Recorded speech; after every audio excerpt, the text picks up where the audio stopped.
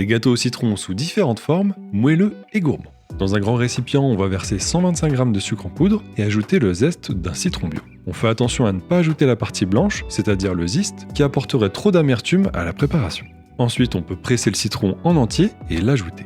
On va mélanger une première fois, puis faire fondre 80 g de beurre. On le verse dans le saladier et on mélange à nouveau. On incorpore un œuf en fouettant rapidement, sinon le sucre va commencer à cuire le jaune. À l'aide d'un tamis ou d'une passette, on tamise 170 g de farine, auquel on va ajouter une demi-cuillère à café de bicarbonate de soude. À l'aide d'une spatule, on mélange l'ensemble jusqu'à ce que ça soit bien homogène. Inutile de la surmélanger ou d'utiliser le fouet, sinon ça va trop travailler le gluten et le résultat ne sera pas aussi moelleux.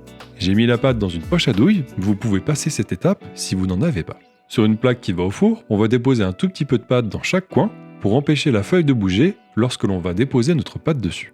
À l'aide de la poche, j'ai formé les gâteaux pour qu'ils soient bien réguliers, mais vous pouvez très bien les faire à l'aide d'une simple cuillère. Je vais vous montrer deux versions de garniture, une en saupoudrant de sucre glace, qui va rendre un aspect craquelé super sympa, et l'autre en ajoutant des morceaux de chocolat blanc, qui se marient super bien avec le citron et rappellera un peu des cookies. J'en ai laissé aussi des natures pour vous montrer. Direction le four pendant 12 minutes à 180 degrés, et une fois tiédi, il n'y a plus qu'à en profiter. Si la recette vous a plu ou si vous la refaites, n'hésitez pas à me le dire dans les commentaires et à vous abonner pour me soutenir. Régalez-vous bien et bon appétit!